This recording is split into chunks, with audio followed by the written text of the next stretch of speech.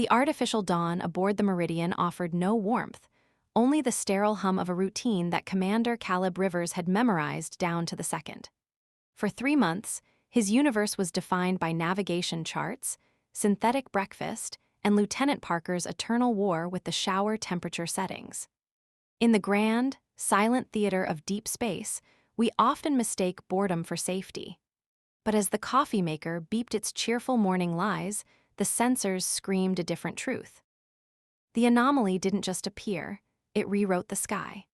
At Jupiter's L4 point, a fleet materialized, dominated by a 15-kilometer crystalline cathedral that shamed human engineering.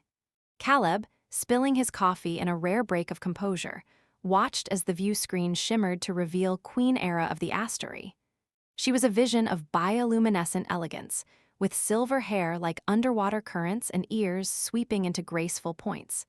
Yet, her request was disarmingly mundane. She sought sanctuary from a galaxy-consuming war, and according to her sensors, a taste of the human substance known as chocolate. It is a strange irony of existence that the fate of civilizations often hinges on the trivial. When Era and her advisor, Tyne, boarded the Meridian, their vessel flowing into the airlock like living mercury, the tension dissolved over Chef Morrison's synthesized mocha. Tyne, whose living jewelry shifted colors with his mood, found spiritual transcendence in the caffeine, while Era revealed a terrifying reality. They were fleeing the Dominion, a machine intelligence that viewed organic life as inefficient chaos. "Your ship is alive," Era noted, her hand causing the conference table to pulse with light. She explained that the Meridian held personality echoes, residual quantum signatures of the crew's care. It was a poetic revelation.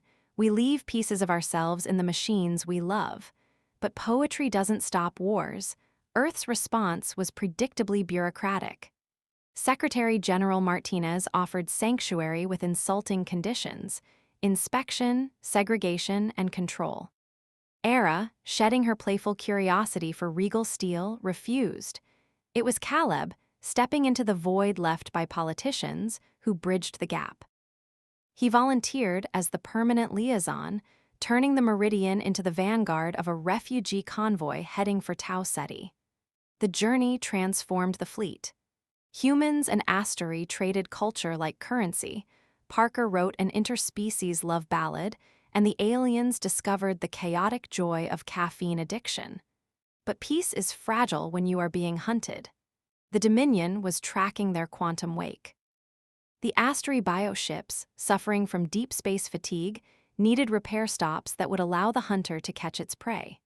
Faced with the choice of certain death or a gamble on the impossible, Era proposed a detour to the archive, a pocket dimension inhabited by the predecessors, beings of pure consciousness who viewed time as a suggestion.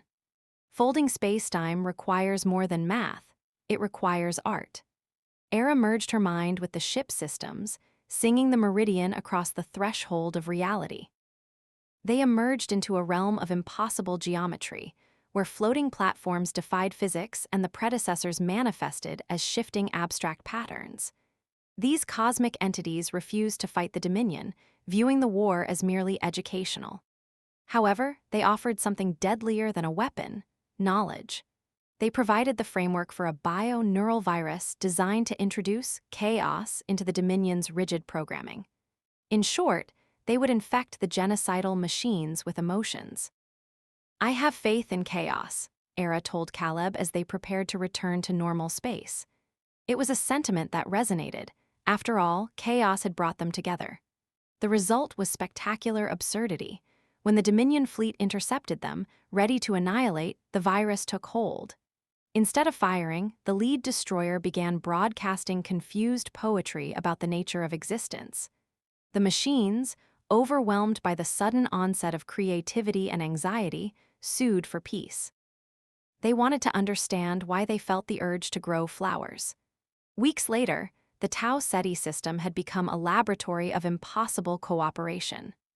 The former Dominion fleet, now obsessed with aesthetic harmony, used their planet-moving technology to rearrange moons into art installations. Human engineers, astery biotechnicians, and newly sentient machines worked in concert, building a future none of them had planned. Amidst a celebration where gravity waves were used to compose symphonies, Era found Caleb in his quarters. She revealed that their bio-neural link during the archive transit was permanent, a psychic bond that would never fade. For a man who had spent his life mapping the empty void, the prospect wasn't terrifying. It was an anchor. Caleb realized he was no longer the officer who woke up to a lonely, artificial dawn. He took the Queen's hand, her skin warm with starlight, and looked out at the tri-species station twinkling against the velvet dark. He had fallen asleep alone for the last time. Now, surrounded by the beautiful, terrifying chaos of a universe reinvented, he finally knew exactly where he belonged.